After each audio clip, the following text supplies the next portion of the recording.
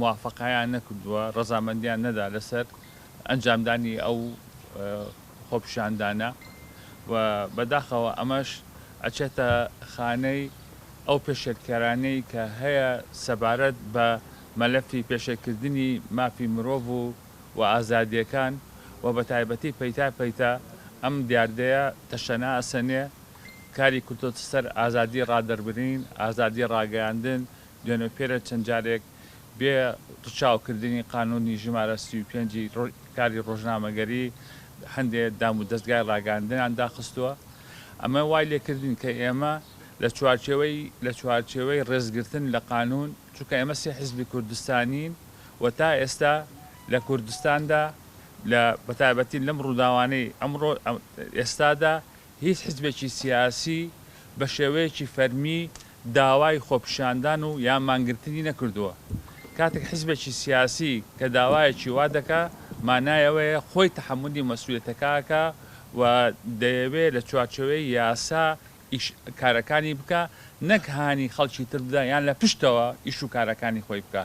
ئێمە بە ڕازگۆیی بە شێوەیەکی ئاشکرا بیر و بۆچوونەکانی خۆمان ئەخەینە ڕوو بۆ جەماوەری خەڵکی کوردستان. بڕیار بوو کە ئێمە ئەم یاداشتە کورتە پێشکەشی حکوومەتی هەرێمی کوردستانی بکەین لەو خۆپیشاندانەی بەیانی، لەبەرەوەی ئەو دەرفەتە نەبوو ئێمە ئەمڕۆ ئەم یاداشتە بۆ ئێوە ئەخوێنینەوە. ئێمە لە لیژنەی هەماهەنگی چەپی کوردستان کە لە حیزبی زەحمەتکێشانی کوردستان و حیزبی شووعی کوردستان و بزوتنەوەی دیموکراتی گەلی کوردستان پێکاتەوە، پێمان وایە ئێتیلافی حکومڕان فەلسەفەی حکومڕانی پێشتری حکوومەتی هەرێمیش بە پلەی سەرەکی بەرپرسن بەرامبەر بوون و بەردەوامبوونی ئەم قەیرانەی کە دووچاری هەرێمی کوردستان دەبێتەوە و لەم ڕوانگەیەوە جەخ لەسەر ئەم خاڵانەی خوارەوە دەکەینەوە. یەکەمین، بەرپرسیاری حکوومەتی هەرێم بەرامبەر خەڵک لە دابینکردنی ژیانی پڕکەرامەت و مسۆگەرکردنی موچە و دابینکردنی سەقامگیری سیاسی. دووەم، بوونی یەک هەڵوێستی یەکگرتووی کوردستانی لە بواری مامەڵەکردن لەگەڵ بەغدا و دابینکردنی شایستەدارەیەکانی هەرێم و سەرجەم ئەو بابەتانەی پەیوەندیان بە مادەی 140 و بەردەوامبوونی تعریب و مافی پێشمەرگە و بابەتە دەستوورەکان هەیە. ئێمە بە هیچ شێوەیەک نامانەوێت هەر وەفدێکی کوردستانی لە بەغدا لە پێگەیەکی لاواز بێت و تەنازولات بکە.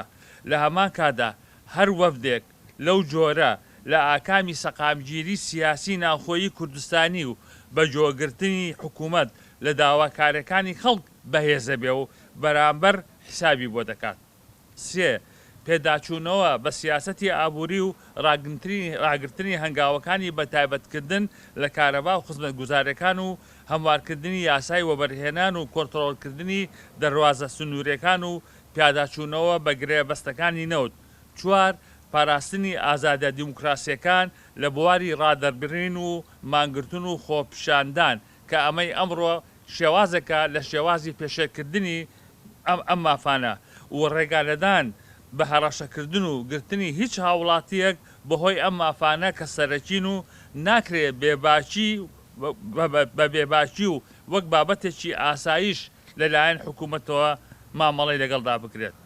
پێنجەم، ئەنجامدانی چاکسازی ڕاستەقینە لە بواری ئیدارە و حکومڕانی و نەهێشتنی گەندەڵی و دیاردەکانی بەفیرۆدانی سامانی نیشتیمانی بە جۆرێک پێناسەکردنی چاکسازی یەکسان نەبێت بە کەمکردنەوەی موچە، بەڵکو بە دەربازبوون لە ئابووری بەرخۆر و پەیداکردنی سەرچاوەی نوێی بەرهەمدار بۆ داهاتی ئابووری کوردستان.